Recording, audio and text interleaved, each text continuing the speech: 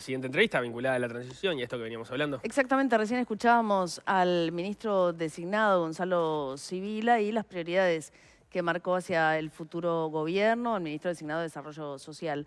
En diciembre, Sibila se había reunido con la coordinadora de ollas populares, había hecho algunas críticas también hacia la gestión actual. Bueno, para hablar sobre cómo viene la transición y algunos otros asuntos, ya recibimos en nuestra mesa a Alejandro Sierra, ministro de Desarrollo Social, a quien le agradecemos mucho este rato con nosotros. Buen Bienvenido. día. Bienvenido. Muchas gracias. Muy buenos Muchas días. gracias. Empezamos por lo primero, ¿cómo viene? La transición ha sido, en algunos ministerios, por lo menos por parte del gobierno electo, un poco cuestionada por falta de información o por lentitud, en fin, ¿cómo viene puntualmente en el Ministerio de Desarrollo? A ver, la verdad que dejado atrás ese primer episodio que Sí. tú mencionabas, en un diálogo frontal y franco que tuvimos con Gonzalo, la transición viene muy bien realmente. Hemos tenido reuniones casi que periódicas, te diría, porque el ministerio, como ustedes saben, está dividido en distintas direcciones nacionales que ataquen los distintos problemas, las distintas problemáticas, y en base a eso estamos haciendo reuniones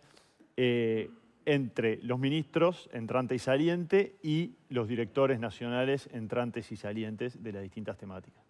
Reuniones profundas mientras terminamos de preparar lo que es más documentación. Y una vez que nosotros tuvimos esa reunión, los liberamos para que tengan reuniones bilaterales entre directores entrantes y salientes para intercambiar información. Así que la cosa viene realmente muy bien, con mucho respeto y con mucha... manteniendo los canales formales, todo lo coordinamos entre Sibila y yo, pero realmente cordial y tranquilo. Vos decías a lo que yo hacía referencia y era esta visita de Gonzalo Sibila a la coordinadora de ollas populares. ¿Te molestó ese hecho de hacerlo, que se reunía con ellos antes que con ustedes? No, a ver, en ese momento, yo eso, prefiero ni entrar en eso, pero la verdad que yo le aclaré al país, no fue una molestia, no me lo tomé personal. Simplemente dije que yo entendía, lo mismo que le dije a Gonzalo, ¿no? Que entendía que se habían errado los carriles, o por lo menos el timing, ¿no? Nosotros teníamos un montón de documentación sobre los hechos, procesos administrativos, denuncia penal, etcétera. Y todo eso había sido mandado al presidente del Frente Amplio en su momento, pero además yo lo tenía para entregárselo a él, para que lo valorara previamente a esa reunión que podía llegar a tener, que estimábamos que podía llegar a tener. Por eso yo entendí que se reunió antes de tiempo. Se lo dije, él me explicó sus motivos y por ahí la dejamos. Las reuniones bilaterales entonces entre los directores de los distintos equipos ya están sucediendo. Sí, ya nos reunimos Dirección General, Transferencias y Análisis de Datos, INJU, mañana tenemos 2 más, y Mujeres y Desarrollo Social. Venimos a buen ritmo. ¿Y qué te pareció el equipo que ya presentó Sibila del futuro ministro? Bueno, hay personas que yo conozco, con las cuales ya trabajamos durante este periodo en distintas situaciones, digamos, como la que me toca más cerca es Mercedes Clara, que ocupa el lugar que ocupaba yo durante los primeros 4 años, que me merece mi más alta estima y respeto por su calidad humana y profesional. Así que, bueno, y otras personas que yo conocía de otros ámbitos, que bueno, nada, veremos, pero hay un equipo que claramente, en el cual el ministro entrante confía, y que es un equipo profesional, y de gente que conoce ciertas realidades y las realidades que manejamos nosotros. Y bueno, nada, veremos cómo se desarrolla. ¿Le diste alguna sugerencia a Sibila de por dónde, cuál es hoy la urgencia más grande? Sí, por supuesto. Nosotros, eso fue un pedido además de presidencia antes de que termine el año, incluso antes de terminar el 2024, ya habíamos mandado, digamos, las principales urgencias administrativas, sobre todo, las primeras decisiones que iban a tener que tomar. ¿Y por dónde van? Y bueno, van por temas de procesos administrativos en lo que tiene que ver con INDA o en algunas contrataciones o lugares clave que van a dejar el cargo por ser o pases en comisión y que tiene que resolver rápidamente, pero nada alarmante. Algo que sí le dije muchas veces a Gonzalo es, acá los funcionarios saben lo que tienen que hacer y saben cuál es su trabajo. Nosotros cuando llegamos en 2020 también había un montón de digamos, gerencias de áreas y demás que se habían ido por ser cargos de confianza o cargos políticos. Y sin embargo, el ministerio no es que se paró, porque la gente sabe lo que tiene que hacer y no se queda esperando que llegue el nuevo jefe para ver cuál es su trabajo. La semana pasada, justamente hablando de los funcionarios, recibimos al dirigente del sindicato del Mides, del UTMIDES, Carlos Moreira, que fue crítico con algunos puntos que puso encima de la mesa. Me gustaría comentarte algunos, a ver qué tenés para decir al respecto. El primero fue una gestión que, según él, el ministerio abusa en la terciarización de contratos que hace de servicios en funciones que deberían estar presupuestadas. También habló de 200 cargos de confianza, comparando como un aumento en esos cargos de confianza en relación a la administración anterior del Frente Amplio. Y bueno, después se refirió a un costo muy elevado de algunos refugios, de $2.000 por mes, pero empecemos, si te parece, primero por el tema de los funcionarios. Desde UTMIDES se hicieron valoraciones en este programa que a mí me preocuparon, o por lo menos que deberían preocupar quizá a Sutiga más que a mí. Primero, cuando Moreira plantea eso de que la Dirección de Protección Social debería ser toda gestionada, o sea, todo el sistema de refugios, por funcionarios públicos, ¿no? Porque son, en realidad, contrataciones con régimen de unipersonal, ¿no? No, ahí estamos hablando de tercerizados, okay. En organizaciones sociales, en organizaciones de la sociedad civil. El Mides hace un convenio con otra organización que es la que después contrata personas para que trabajen. Contratan personas, gestionan los refugios, gestionan los alquileres, todo, ¿no? Las compras que hacen de insumos, etc.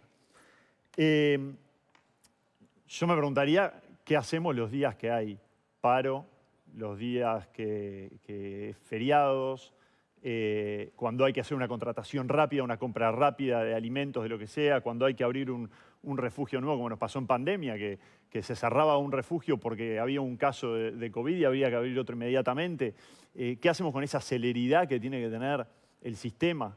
Es imposible que el Estado gestione eso. Y además aumentás los costos fijos del Estado, porque tenés que incorporar funcionarios públicos nuevos. ¿Sí? Y cuando vos terminás una licitación con una organización, quizás es porque terminó exitosamente su trabajo. ¿Y qué haces? ¿Dejás un costo fijo instalado? Entonces, por eso es que se contrata y se terceriza. ¿Sí? Y porque el Estado no todo lo hace bien. Hay cosas que los privados hacen mejor, realmente. Entonces, ahí apuntamos. Y eso de los $2.000 no es así. ¿Sí? Vamos a darle contexto a esa cifra de qué sería. Él decía él dijo que $2.000 es el costo por mes por persona en un refugio, que no es verdad.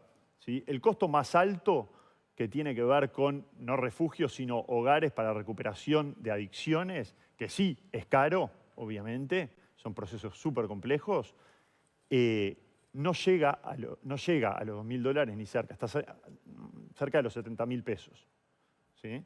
Pero después hay distintos costos que dependen del tipo de refugio, depende del tipo de hogar. Hay hogares para atención a personas con problemas de salud mental, que también son caros, igual no llega a esa cifra. Entonces, hace como una generalización y además exagerando la cifra, que no está bien. Después, perdón, pero me quedó una duda con lo de las terciarizaciones. ¿Esta forma de funcionamiento de gestión no fue una innovación de esta administración? ¿Ya se venía haciendo anteriormente? Eso se hizo siempre, obviamente, desde que se creó el ministerio. El ministerio se crea incluso prácticamente todo tercerizado. ¿Sí? Y después se van incorporando funcionarios que incluso trabajaban en esas organizaciones que gestionaban distintos programas, se los incorpora como funcionarios públicos. Pero eso existió siempre. Y aparte él hace una suspicacia... Eso tenía cierto sentido en la medida de que estábamos hablando de un ministerio incipiente. Claro, por eso también la cantidad de pases en comisión. Vos de todas formas decís que por el modelo de atención que tienen los refugios... Tiene mucho más sentido. Tiene más sentido hacerlo así, más allá de si sale más caro o más barato. Tiene muchísimo más sentido. Siempre te va a salir más barato que seguir engordando el Estado, ¿sí? Incorporando funcionariado. Pero él hizo además dos precisiones que a mí me preocupan y me las traje escritas incluso para que después no se digan, no, yo no dije eso. Dijo, ese monto a las personas no les llega, alguien obtiene una ventaja o parte de todo ese dinero. Eso quizá lo debería responder Sutiga, ¿no? Pero la suspicacia instalada, que es el gremio de las organizaciones de la sociedad civil. porque de alguna manera está tocando algo o generando una suspicacia, ¿sí?, sobre la gestión de los fondos que hacen las organizaciones. Entonces, Que decís que además cuando están- Moreira dice ese dinero no le llega al usuario, sugiere que... No, cuando dice alguien obtiene una ventaja o parte de todo ese dinero. ¿Ah? La Lo lógica evaluarán por entre ellos. por cómo lo dijo, por lo menos así lo entendí yo cuando lo escuché, yo no estaba participando en la entrevista, es en la medida que hay una organización que organiza precisamente los trabajadores para dar ese servicio, también recibe una parte de ese dinero que sería distinto, entiendo según el razonamiento Mirá. que hacía Moreira, de si directamente nosotros gestionamos el refugio y entonces nos ahorramos un intermediario. Te voy a decir una cosa. Las organizaciones tienen una rendición muy, muy específica y detallada y tienen en el convenio en qué pueden gastar y en qué no pueden gastar. ¿Sí? Es muy difícil que exista con el tipo de convenios, al menos el tipo de convenio que manejamos hoy, desvíos o alguien que se lleve algo, digamos así. Pero entiendo que él no habló de desvíos, sino de costos de funcionamiento de un intermediario Claro, que un porcentaje. estás agregando en Es que, la no hay, cadena. es que no agregás un intermediario porque las organizaciones no tienen fines de lucro. No se llevan parte de ese Bien. dinero para sí. ¿Sí? Ese dinero tendría que ser invertido igual, en el alquiler, en la comida, en sueldos. Sería lo mismo, nada más que no generás gasto fijo al Estado. ¿Qué pasa con los 200 cargos de confianza que dice Carlos Moreira que existen en el MIDES? Ahí tampoco son 200 cargos de confianza. Él mete como todo en la misma bolsa y de repente nosotros tuvimos que traer abogados, escribanos, porque faltaba gente en los departamentos de jurídica y notarial. Y ahí hay pases en comisión, que son personas recomendadas por su idoneidad técnica, pero que nada tiene que ver con la confianza política. Hay gente que ni siquiera es del partido al cual representábamos, o sea, son personas a las cuales nadie les preguntó a quién votan. Se fijó la idoneidad técnica y se trajeron. Y ahí hay gente en todos los ámbitos. Incluso ellos antes manejaban otra teoría. Ellos decían que había gente que no marcaba y esos eran los de confianza. Y en base a eso se hizo una solicitud de acceso a la información pública, la cual desprendió, que nunca se hizo pública, obviamente, porque desde el Frente Amplio se solicitó, y nunca la hicieron pública, obviamente, porque se desprendió que en la administración anterior había 300 personas que no marcaban, y hoy son aproximadamente 90. ¿Sí? Entonces, y que no marquen no significa que sean de confianza. Hay funcionarios hoy en día que los necesitas las 24 horas que necesitas, poder recurrir a ellos un sábado, un domingo o un día de deshora. Y que eso te requiere esa flexibilidad. O sea, Moreira Pero en no tiene realidad, nada que ver con la en confianza, relación a pues. los cargos de confianza, dijo dos cosas. Una sí, que eran 200 y que además habían aumentado considerablemente comparándolo con la administración Frente Amplita. Ninguna Sí, de las dos cosas no. son reales. ¿Que aumentaron? Seguro que no. Seguro que no. Porque antes ni siquiera existía un registro. Se traían las personas, se movían las personas y no se registraba. Nosotros no tenemos ningún registro de anteriormente. Entonces, con pinzas. ¿Ah? Porque se generan, a veces se hacen generalizaciones y acusaciones, incluso llegó a deslizar, y ahí sí, que canastas o acceso al programa Accesos se podían generar por cuestiones políticas. Sí, Cosa que también vendría bien una denuncia si la tuviera, ¿sí? Que no es así. Porque además las canastas tuvimos una evaluación de auditoría interna de la Nación exhaustiva sobre el sistema de canastas, que no arrojó ninguna irregularidad. Sí, él concretamente lo que decía era que algunos de los jefes de oficina en el territorio antes eran funcionarios o de carrera o técnicos y que ahora eran designaciones políticas y que eso podía tener que ver o en algunos casos podría haberse dado esto que mencionabas vos, que algunas canastas tuvieran, de carrera, algunas personas fueran privilegiadas de carrera en la nunca. entrega. De carrera nunca, porque en el Ministerio no existe la carrera funcional. Bueno, Siempre, sí, técnicos, digamos, o siempre, funcionarios del ministerio. siempre se dan esas encargaturas a criterio del jerarca. Discrecional. ¿Eh? Y Bien. así como se dan, se quitan. Vamos a hablar de otros temas, pero para seguir redondeando algunas de las cosas que se comentaron en la entrevista con Moreira, él cuestionó en particular los contratos UNFA con el Fondo de Población, que básicamente lo que decían es los funcionarios son contratados 11 meses, hay un mes donde no están trabajando y después se los vuelve a contratar. Dicen son situaciones precarizadas porque en realidad son funcionarios que están trabajando ahí en el ministerio. Eso debería ser, ese mes que no trabajan y no se les paga, debería ser en realidad licencia, ¿no? A ver, ¿y si después de ese mes contratan a otro? porque terminó el proyecto o porque deciden que esa persona no debe seguir y tiene que contratar a otro. O sea, Los no casos, son ¿cómo funcionarios... en la realidad, ¿cómo se da? ¿Son funcionarios que se vuelven a contratar o que Primero, están contratados para un proyecto, Ujú. ¿sí? Para un proyecto por un plazo determinado, ¿sí? Entonces, no son funcionarios públicos. Otra vez, se evita de esta manera para un proyecto puntual que tiene que ver con evaluación y monitoreo o con desarrollo social, se evita engrosar las filas de funcionarios públicos, engrosar el Estado, a través de un convenio con UNFPA, un convenio transparente, que hace el llamado UNFPA y son funcionarios de UNFPA. Y no tienen las mismas, los mismos derechos porque no tienen tampoco las mismas obligaciones. No están sometidos, por ejemplo, al sistema sancionatorio que tiene un funcionario público, ¿sí? No les podemos hacer un proceso administrativo. ¿Pero se los vuelve a contratar efectivamente, como decía Moreira, o son casos puntuales? Son casos puntuales y el plazo todavía no terminó. Pero él lo que denunciaba básicamente era que era una relación de dependencia encubierta, maquillada, porque recibían órdenes, porque cumplían un horario de trabajo específico, en fin. Eso no es así. No es una relación de dependencia encubierta. Es un contrato de prestación de servicios como pueden tener muchos profesionales independientes en este país, ¿sí? Que son contratados por clientes para hacer determinados servicios y facturan. ¿Ah? Y tienen todas las protecciones legales que deben tener y han tenido todos los mismos derechos de licencias y etcétera que han tenido los funcionarios del ministerio. Acordado, en parte él planteaba lo de una funcionaria embarazada, que yo lo escuché muy bien, y sé cómo se resolvió el tema, porque obviamente se encontró un vacío y la funcionaria gozó de la licencia o los días pagos. Y sobre las limitaciones que tienen para sindicalizarse, eventualmente asistir a asambleas, etcétera. Ellos no son funcionarios del ministerio. Y sin perjuicio, yo te puedo asegurar que han ido a todas las asambleas que han querido y se les ha dado, se les ha pago de todas formas. Pasamos a otros asuntos. Sí. ¿Qué hitos destacarías si tuvieras que decir, bueno, se terminó el periodo de Alejandro Sierra como ministro de Desarrollo Social? ¿Cuáles son los capítulos, digamos, que destacarías como hitos de gestión? A ver, en este último año decís, primero... Sí, bueno, claro, sí, está bien. Primero que nada... Digamos, vos participaste de toda la gestión, ¿no?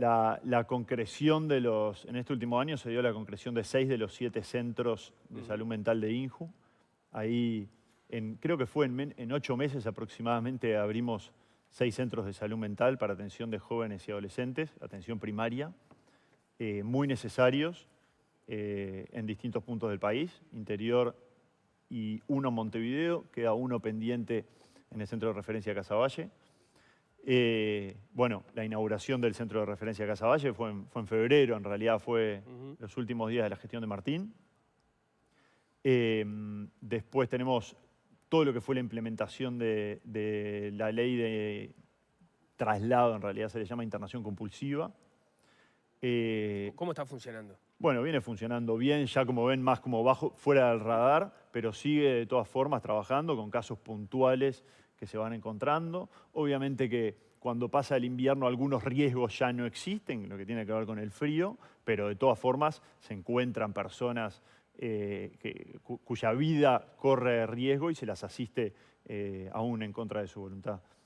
Sigue sucediendo, no con la misma intensidad que en invierno, obviamente, pero sigue habiendo situaciones. El tema calle, de todas formas, no sé si vos querés decir esto, pero yo entiendo que puede ser un debe, ¿no? Porque la cantidad de personas que vemos todos los días durmiendo y viviendo en la calle es una realidad que es inocultable, ¿no?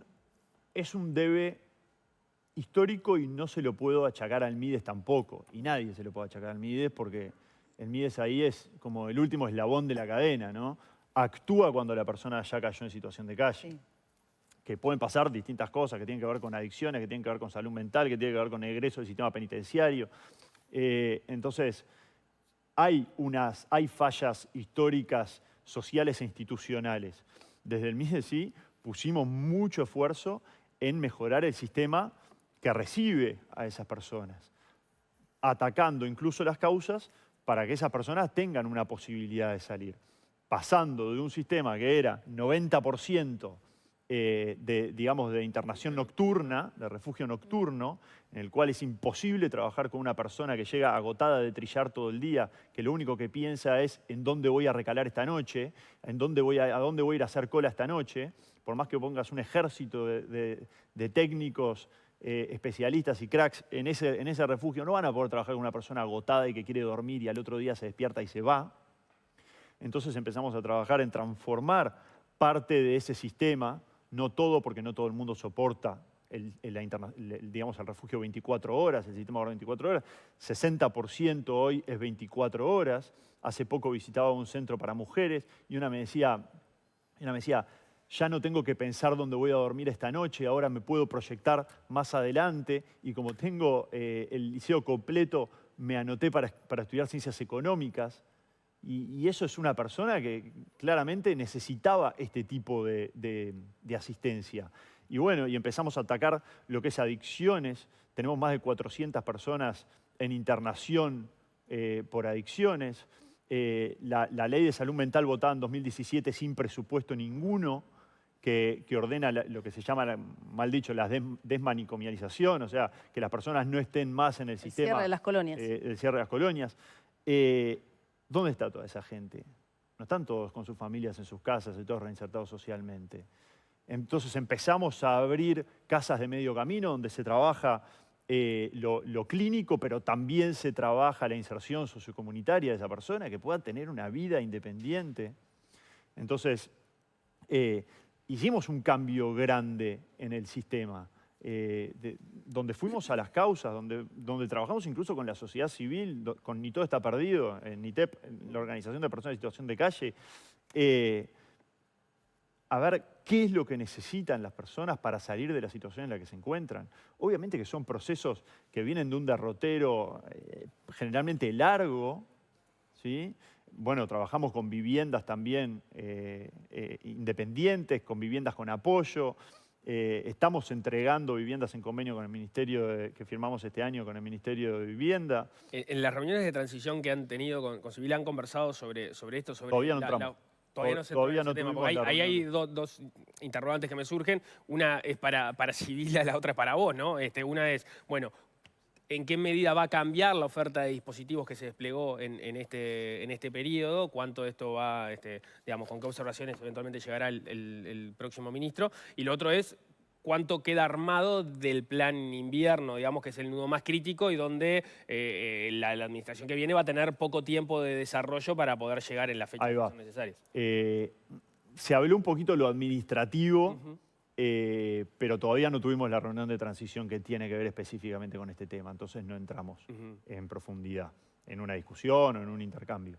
Pero sí se va a dejar las cosas encaminadas, obviamente, no se deja todo tirado. Los datos de pobreza infantil no se lograron mejorar en esta administración. ¿Qué te parece que le faltó a la gestión para, por lo menos, intentar empezar a revertir esa tendencia al alza, además? A ver, esto lo ha dicho Antonio Mansi, el director de Transferencias de Análisis de Datos, varias veces. Ha explicado de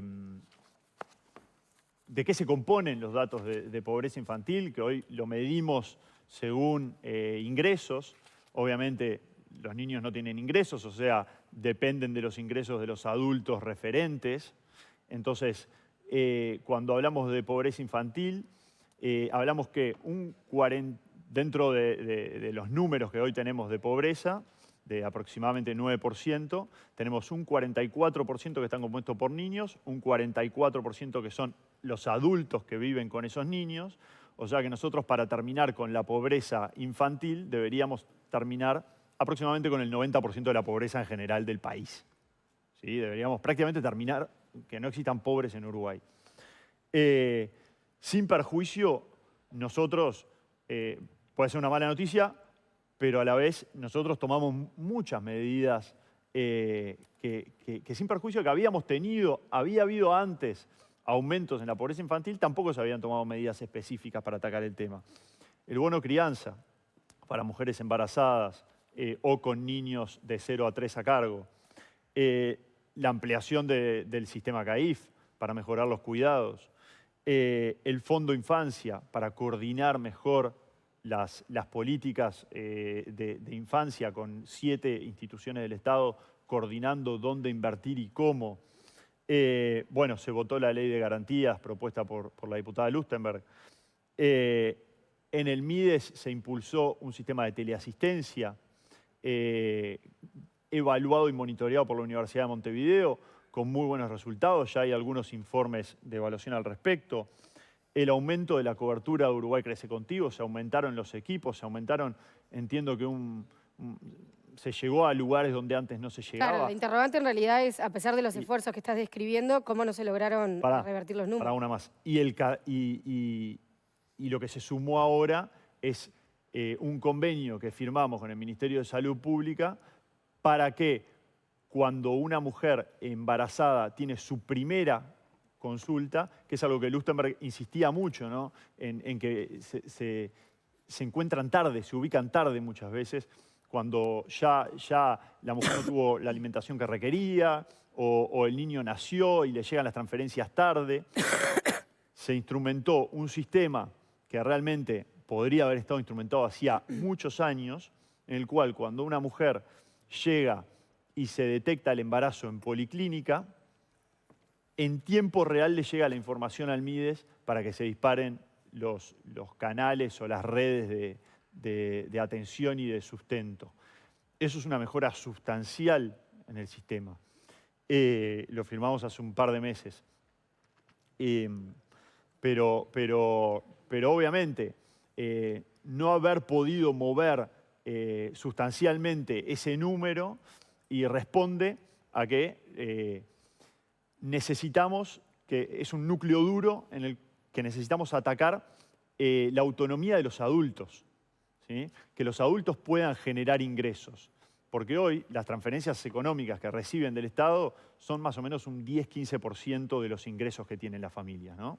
Es relativamente poco. O sea, en general viven de su trabajo formal o informal. ¿Coincidís con el aumento de transferencias entonces que está planteando el Frente Amplio? Yo lo que digo con el aumento de transferencias, que ellos plantean un aumento que va a tener un costo aproximado de 70 millones de dólares, que no sé de dónde se van a sacar, porque se tienen que sacar de algún lado, es que no va a mover la aguja. Necesitamos generar oportunidades de trabajo, oportunidades de formación para que esos adultos referentes que viven con esos niños puedan generar más ingresos, que es lo que necesitan. Te decía, las transferencias son un 10-15% de los ingresos que generan. Lo demás lo generan con su trabajo formal o informal. Necesitamos fortalecer ese sistema de ingresos. Alejandro Sierra, muchísimas gracias por haber venido. A ustedes. Muy amable. Muy amable, gracias. Hacemos un corte, al regreso nos vamos a estar metiendo en cómo ven los analistas